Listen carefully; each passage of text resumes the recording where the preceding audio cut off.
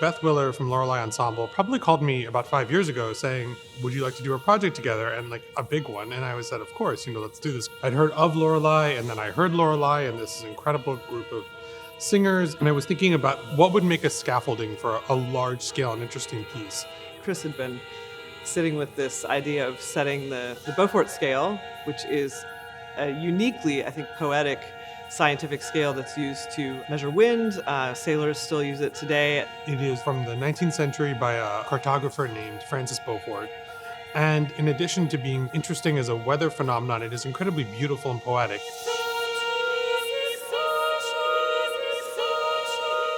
This is a really beautiful abstract piece that is one crescendo from absolute calm to absolute destruction. Voices are first presented fairly placidly and calmly, and more the voices themselves are distorted over the course of the piece.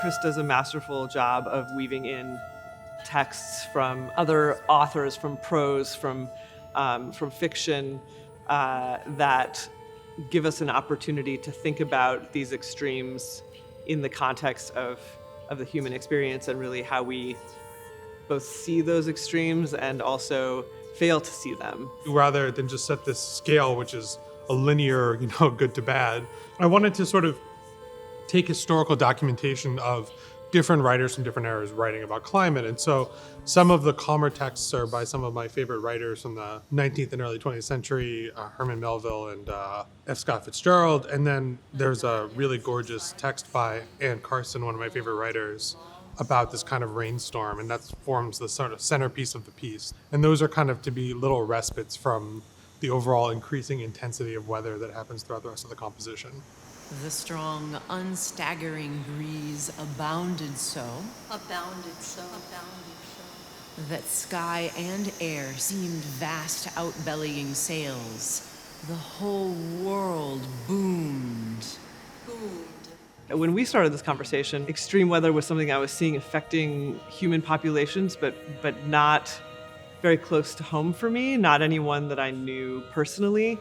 And over the course of the development of this project and this piece, it's become close to home for almost everyone that I know, that we're starting to feel this change in the atmosphere, in the temperatures, in the day-to-day experience that we're all having. It's really impacting how we grow things and how we spend our time outside. I was thinking about how technology has basically accelerated climate change in every way possible. I wanted to document this strange phenomenon of our modern lives and what it's like to feel like both the incursion of technology into our lives as well as uncanny weather at the same time. So the work is for voices, live electronics, as well as video and light. And I suggested a collaborator of mine, Hannah Wasileski, to do the video, and Yuki Nakase Link to do the light. And we've collaborated together to create what we hope is a very, very synergistic experience.